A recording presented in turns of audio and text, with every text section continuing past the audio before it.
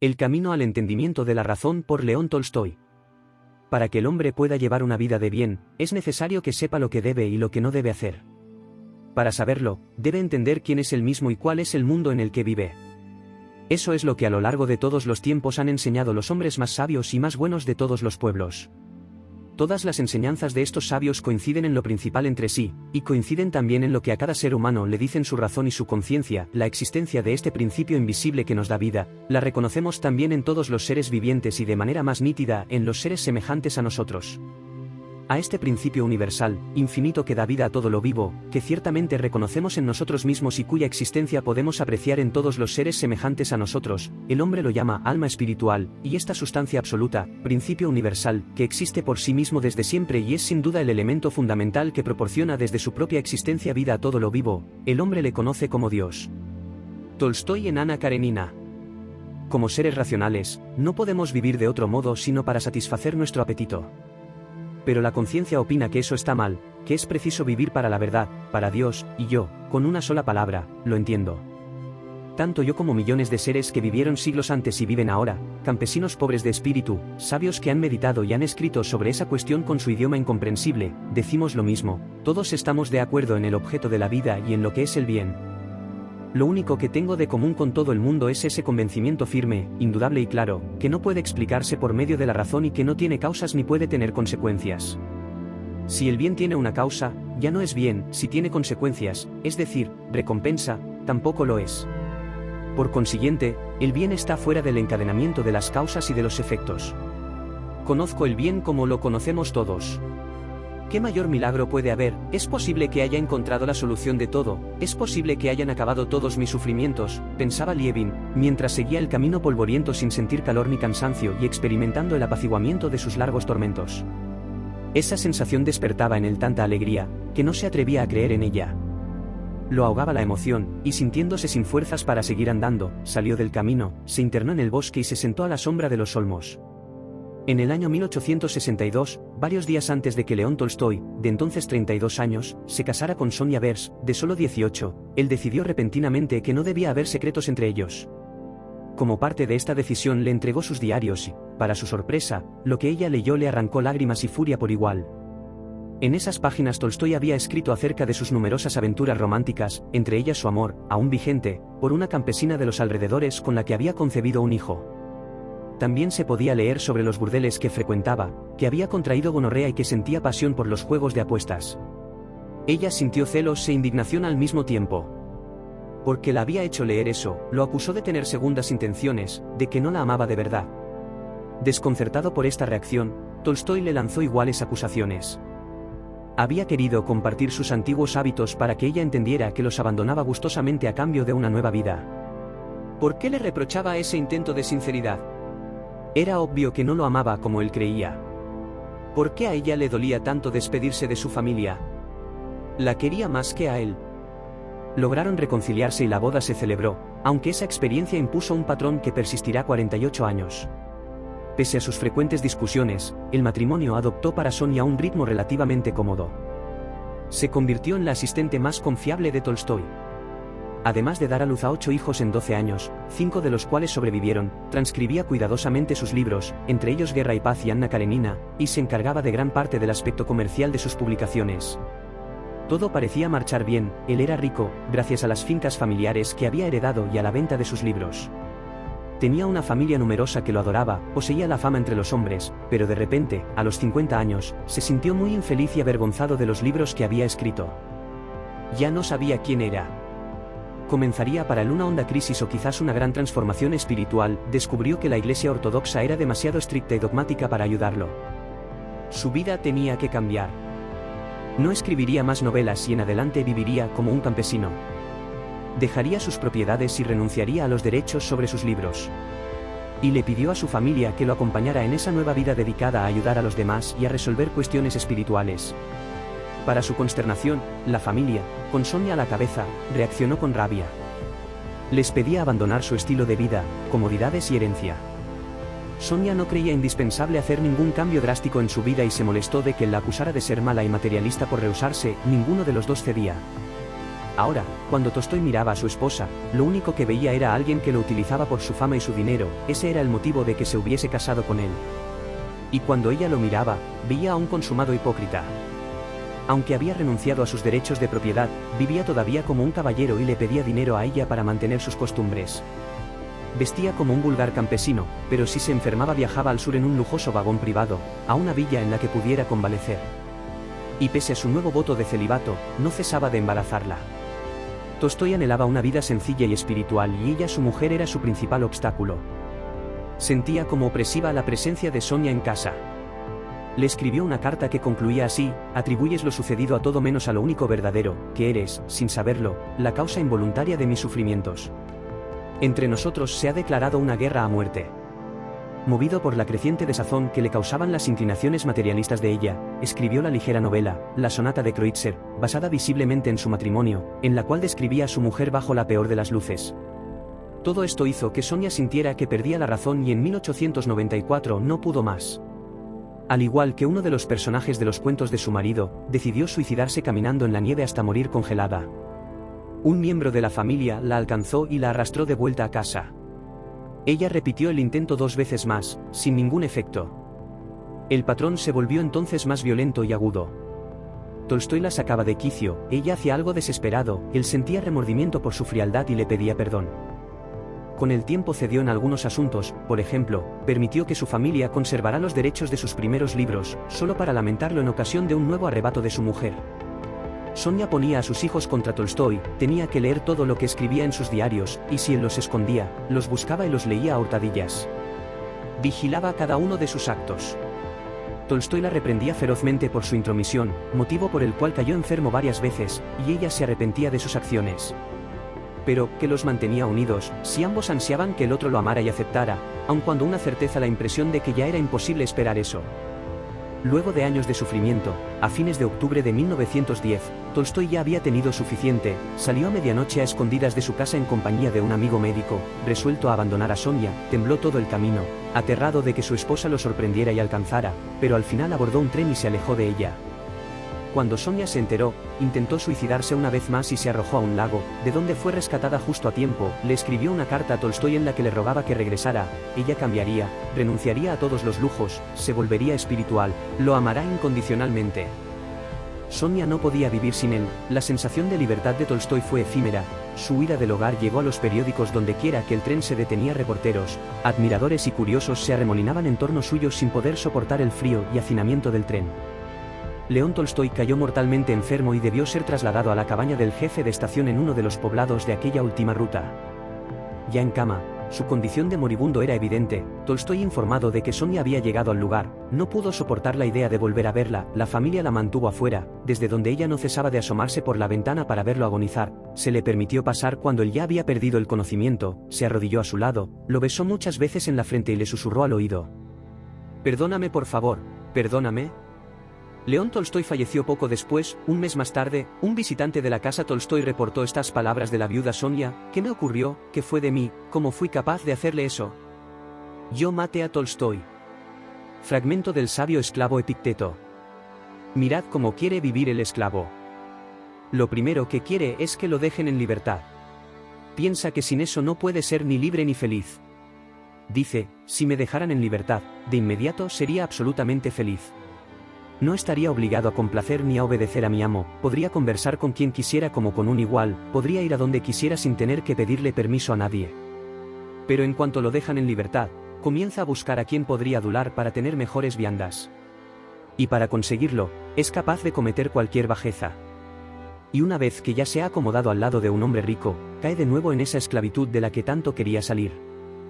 Si ese hombre comienza a tener dinero, se hace con una amante y con ella cae en una esclavitud aún peor de aquella en la que estaba. Y si se vuelve rico, entonces tiene aún menos libertad. Y entonces comienza a sufrir y a llorar. Y cuando es ya muy infeliz, se acuerda de su antigua esclavitud y dice: no estaba tan mal con mi amo, no tenía que ocuparme de mis necesidades, me daban ropa, calzado, alimento. Y cuando estaba enfermo, se ocupaban de mí y el trabajo que tenía no era difícil. En cambio ahora, ¿cuántas cosas tengo que hacer?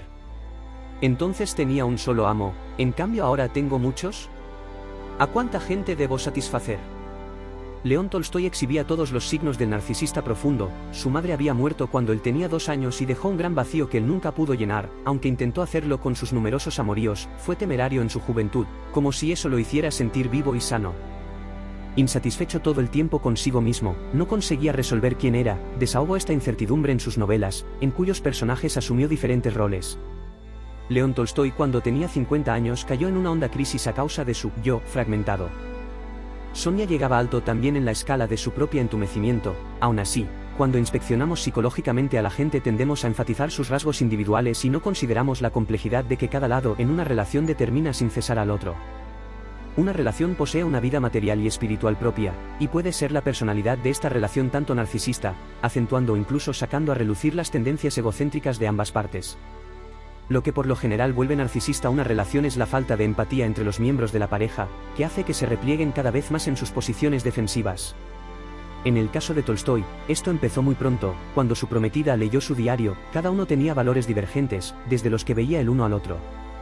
Ella, educada en un hogar convencional, estimó ese acto como el de un hombre que lamentaba a todas luces su propuesta de matrimonio. Para Tolstoy, el artista iconoclasta, la reacción de ella reveló que era incapaz de adentrarse en su alma, entender su deseo de una vida matrimonial distinta y espiritual.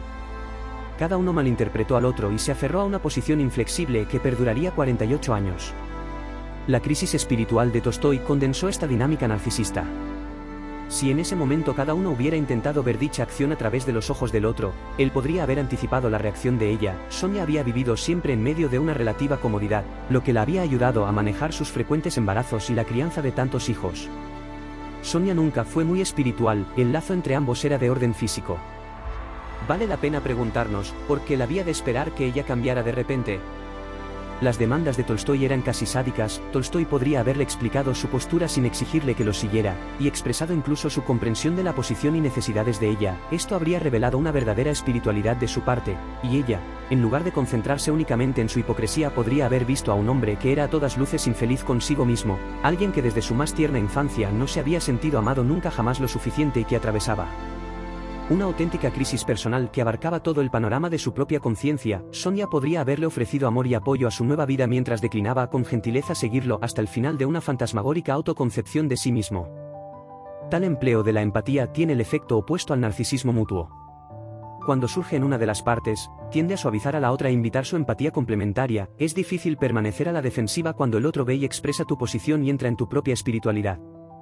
Esto te incita a hacer lo mismo. La gente tiene el secreto anhelo de liberarse de su resistencia. Una actitud defensiva y desconfianza constantes son agotadoras. La clave para emplear la empatía en una relación es conocer el sistema de valores del otro, el cual difiere inevitablemente del tuyo propio. Lo que él interpreta como muestras de amor, atención o generosidad divergirá de tu manera de pensar. El sistema de valores que rigen la estructura de la vida se forma en la infancia temprana y no es una creación consciente. Tener en mente el sistema de valores de la otra persona te permitirá entrar en su espíritu y perspectiva justo cuando en condiciones normales te pondrías a la defensiva.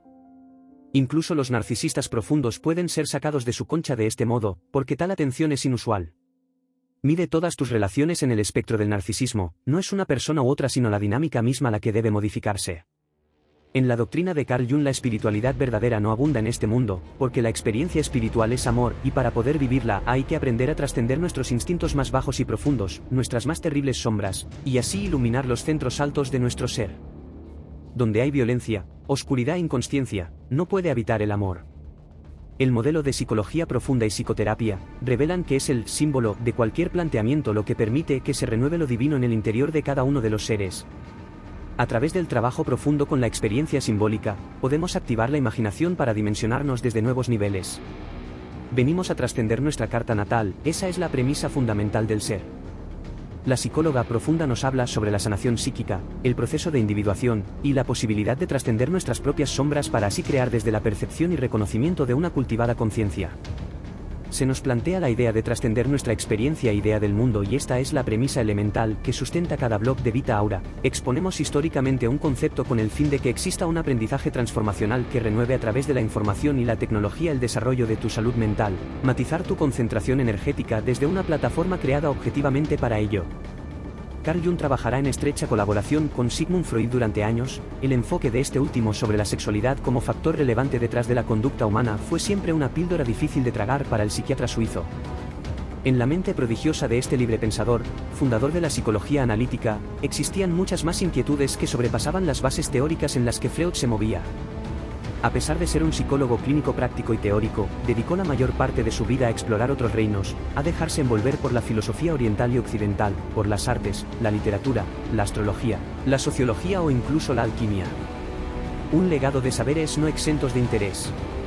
Carl Jung dijo una vez que el ser humano nace 3 veces, la primera responde al nacimiento real, el físico. El segundo acontece con el desarrollo del ego, y el tercero es el que da forma al nacimiento de lo que él denominó como conciencia espiritual. Según Jung, este último nombramiento nunca llegará a producirse si la persona se centra en exclusiva en el ego existencial, en sus condicionamientos aprendidos o en esos patrones mentales rígidos y poco receptivos. El sueño es la pequeña puerta escondida en el más profundo e íntimo santuario del alma, solía decir Jung. El propio Carl Jung experimentó este tercer despertar siendo niño gracias a un sueño extraño, simbólico a la vez que fascinante. Era una sala amplia con una alfombra roja donde se alzaba un ser extraño postrado en trono. Era un monstruo con aspecto de árbol que lucía un inmenso ojo en el centro. Vestía piel de hombre y apenas reaccionó cuando el pequeño Carl se acercaba hasta él. Sin embargo, al poco tiempo pudo escuchar la voz de su madre que le gritaba desde una fosa cercana que no se acercara, porque era este el comedor de hombres. A pesar de que el enfoque clínico en el que trabajaba Carl Jung se basaba en una psiquiatría meramente teórica, siempre tuvo claro que no deseaba quedarse con esa visión reducida y limitada sobre el campo del conocimiento humano. No tardó en incorporar a sus teorías raíces de la antropología, conceptos del arte, de la espiritualidad y de ese legado cultural donde se escondían ideas reveladoras sobre el gran reino del inconsciente. El estudio de los Mandeles, Jung, en su infinita pasión por esos saberes arraigados en nuestras culturas ancestrales, no tardó demasiado en descubrir los efectos psicológicos de estos, un gran simbolismo, mientras que abordaba el estudio de la religión oriental. Según él mismo explicó en numerosas ocasiones, el Mandele responde a un diseño geométrico sagrado capaz de provocar algo repulsivo a la vez que terapéutico en nuestro interior o inconsciente. Toda figura con forma de círculo supone no solo una representación del cosmos, es una invitación directa a escuchar nuestro ser, a restaurar la armonía y a favorecer un despertar, el real crecimiento, el tercer nacimiento. Lo que niegas te somete, lo que aceptas te transforma. Jung utilizó los Mandeles con sus pacientes para favorecer en ellos la escucha de la voz interior. Era un modo de descentralizar el ego, de romper el rumor de los pensamientos obsesivos para que la persona encontrara nuevas rutas de liberación y se asomara a un nuevo estado de conciencia. Volviendo a Tolstói y la narcisista ficción espiritual. León Tolstói vivió una de las vidas más interesantes e intelectualmente plenas. Más allá de sus novelas, se le reconoce como una de las principales inspiraciones del activismo pacífico, que tuvo influencia en Gandhi y en Martin Luther King. Igualmente, Tolstói es padre de una suerte de espiritualidad no religiosa, que mira hacia la sencillez de los hombres del campo y hacia la naturaleza. En la década de 1870 Tolstói vivió una crisis espiritual, o al menos esto es lo que relata en su clásico libro Confesión. En este texto, Tolstói narra cómo sus cavilaciones intelectuales lo condujeron a una especie de callejón de sinsentido y locura.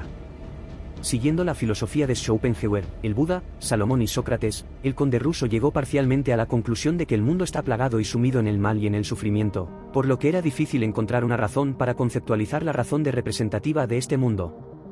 En los primeros capítulos de este libro se formuló la pregunta decisiva para su vida: ¿existe algún significado en la vida y que éste no sea destruido por la muerte que inevitablemente me espera?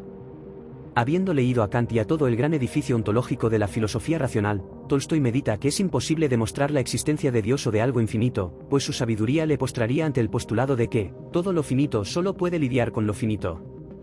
Habiendo estudiado también ciencia, Tolstói nota que ésta no puede proveer ningún sentido a la vida, se limita a describir el origen de la materia y en todo caso, si se sigue con rigor su pensamiento, desemboca en un salvaje y friccionado nihilismo. Esta postura donde no existe nada trascendente coloca al ser humano en un lugar angustiante, pues si nada de lo que hace va a sobrevivir a su corto tiempo en el mundo, y no es el fruto de una causa trascendente, de un amor que perdura, muy bien se podría decir, con el rey Salomón, que todo es vano bajo el gran sol. Es en esa profunda crisis que Tolstói le da otra oportunidad a la llamada prueba cosmológica de la existencia de Dios, aquella que señala que debe de haber una causa primera, una causa no provocada por el terror del hombre, lo que Aristóteles llamó un motor inmóvil. Esta le parece a Tolstói la teoría más digna de considerarse, sin embargo es insuficiente, pues por sí sola, por su propia comprensión lógica, no genera ninguna transformación en el individuo, no le ayuda a vivir con el suficiente entusiasmo. Así entonces, Tolstói, en una movida que recuerda a Kierkegaard, solo puede encontrar sentido a través de la fe, de una confusa esperanza del sentido mismo de la existencia. Primero intenta seguir el cristianismo ortodoxo y encuentra gran belleza y sabiduría en los dichos de Jesús, pero nota que sus correligionarios no suelen tener una experiencia viva de la religión. Los teólogos y la sociedad religiosa solo intelectualizan el concepto de Dios. Lo que salva a Tolstói de este abismo de incertidumbre es la fe y la certeza de los campesinos rusos, que en su simpleza no conocen de las inconsistencias de la religión cuando es cotejada con otras religiones o sistemas filosóficos, simplemente viven la vida trabajando y viven auténticamente su espiritualidad, pese al infortunio y la miseria que a veces los rodea, ponen una buena cara y aceptan todo como bueno. Tolstói escribe en sus Confesiones: el conocimiento racional presentado por los sabios y eruditos niega el significado de la vida, pero es en la enorme masa de los hombres, la humanidad, donde recibe el verdadero significado la correcta espiritualidad. Es por el hombre que se debe el espíritu. La fe de las masas es el conocimiento irracional, la cosa misma que no podía rechazar es la naturaleza de infinita de Dios. Tolstói descubre que la única forma de vivir con propósito y sentido es sometiendo la propia voluntad a la voluntad de la sustancia infinita, creyendo que la vida de cada individuo tiene un propósito y es movida en última instancia por la divinidad. Esta es la humildad que tanto admira en los campesinos y que le lleva a renunciar finalmente a su nobleza y elogiar la existencia austera. Algunos creen que la respuesta a esta pregunta esencial fue dada por Tolstói en su pequeña novela, La muerte de Iván Ilich. Buscó su viejo miedo habitual a la muerte y no lo encontró. ¿Dónde está la muerte? ¿Qué es la muerte? No había miedo, porque no había muerte. En lugar de la muerte había luz, así que eso es, exclamó súbitamente, pura dicha. La pregunta que se hizo Tolstói es exactamente la misma que se hizo Jung y la cual exploramos en este blog documentado en Vita Aura: ¿tienes una relación con algo infinito o no? La pregunta decisiva según Carl Jung y todos los grandes pensadores desde Kant hasta Martin Heidegger. Descartes aseguraba: el infinito no tiene existencia real, es solo un límite más. Solo existe en matemáticas, y es como decir que existe en la mente de los matemáticos cuando hacemos matemáticas. ¿Qué puede significar para ti el concepto infinito? Si el universo es infinito, ¿eso quiere decir que su existencia es también infinita?